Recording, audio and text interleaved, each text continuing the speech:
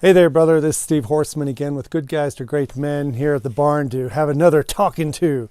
The title of this video is How to Let Go of a Shitty Marriage. And I want to get really edgy on this. And I'm going to probably talk fast because I have a lot I want to share and I don't want this video to go on forever. So how do you let go of a shitty marriage? The first thing you have to do is realize you're in a shitty marriage. The first thing you have to admit, you may feel it, but you may not have said it out loud to yourself or to maybe a trusted friend that, hey, I am in a shitty marriage. And describe why you're in a shitty marriage. What makes it shitty? There's shitty behaviors. There's shitty thoughts. There's shitty feelings. The way you talk to each other is shitty. The way you think about each other is shitty. The way you talk about each other when the other person's not around is kind of shitty. And when you go to bed, the way you're thinking and feeling in your body is kind of shitty. That's a shitty marriage. So say it out loud with me. I am in a shitty marriage. So here's a problem with letting go of a shitty marriage. Most guys have no idea what lies beyond a shitty marriage. So how do you let go of a shitty marriage? You have to let go of this one. Now there may be another one with this same woman that you may be able to create, but that cannot happen until you admit and then consciously decide, I'm letting go of this. I am done with this version of this life, this version of this marriage, and this version of me. I'm done. And what does it mean to be done with it? How can you say you're done with it if you don't know what you're going to do instead? Because here's the problem with most guys.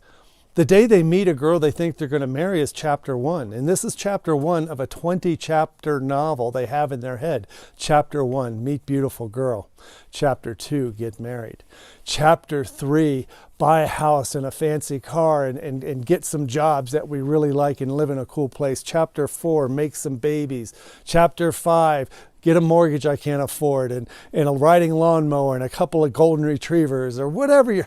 Your chapters are these things that you thought should happen. And this is a problem with letting go of your shitty marriage. You have all these chapters in this preordained 20-chapter book you have in your head of how stuff is supposed to go or how it should be going, how she should be talking to you and treating you and how your sex life should look and all of those. And now you're up to chapter 11 and you're listening to some dude in a hay barn telling you to let go of this shitty marriage. And I'm telling you to let go because it's the only way you can realize what the next version of your marriage might be together. You have to let go, which means you have to know what chapters 12 through 20 look like. And this is the problem. Chapter 20 is you, 85 years old, holding hands with her, drinking champagne on a beach while grandchildren run through the surf, or great-grandchildren, whatever you get at 85 years old. And if you think that's chapter 20, you're skipping ahead a little bit.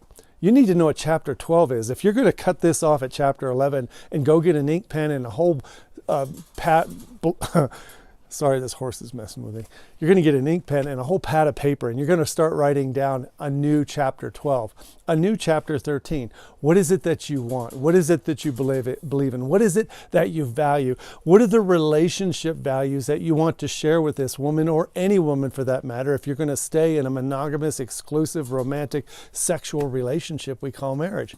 What do you require of yourself and what do you require for yourself? If you don't know answers to these questions, it's hard for you to admit you have a shitty marriage, and it's hard for you to let go of this because you don't know what's on the other side. And this is how people end up staying in chapter 12 through 20, and every chapter starts with my shitty marriage because he didn't do anything different in chapter 11. And what I'm here to tell you is that there's a creative process that we do in coaching. You could do it on your own. You don't have to have a coach, but I'm telling you it'll go a whole lot better if you do.